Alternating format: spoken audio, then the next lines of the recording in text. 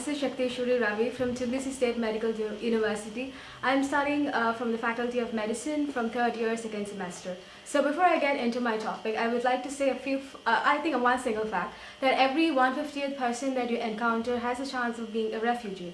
So in this world of the 21st century that we live in, there is one side of the world where we are completely entitled with excellent infrastructure, with social security, and there is the other part of the world where every minute, every second, a person loses his right to nationality, right to speak, his life, his family, and worst case, being considered a threat, a burden, and also sexually harassed and being bargained.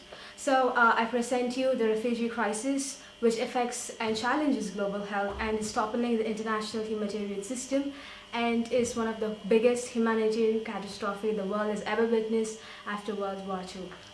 Today, over 65.3 million people are forcibly displaced for a conflict that they have no part in. So this tells something deeply worrying about the world and the peace that is falling apart in the world.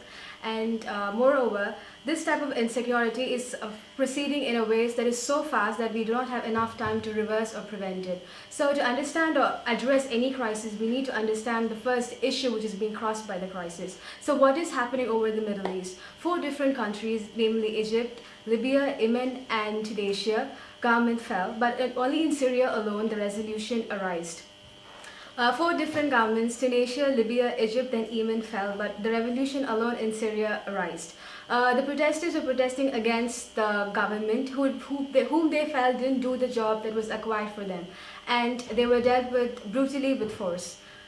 So what happened in the Middle East? 4 different countries, namely Tunisia, Libya, Yemen, and Egypt fell, but only in Syria alone it was revolutionized. It all started around March 2011 when youngsters were arrested for painting a school wall. And around July 2011, the protesters were on the streets in hundreds and hundreds of number, and the government dealt with them brutally, resulting in nearly 7.5 million people who were internally displaced, 2.5 million people who were killed. And for addressing further about this issue is that the international humanitarian system is supposed to work in a way that the refugees will be provided safe havens with basic public health infrastructure and dealt with compassion. But today we see this system break down due to drastically underfunded UN appeals, due to unethical political behavior, and also due to failure of acknowledgement of the scale of destruction and displacement.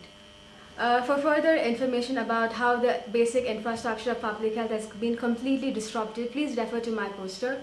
And about YSU, this is my first time in YSU, and I do have great expectations and I hope it will be fulfilled. Thank you.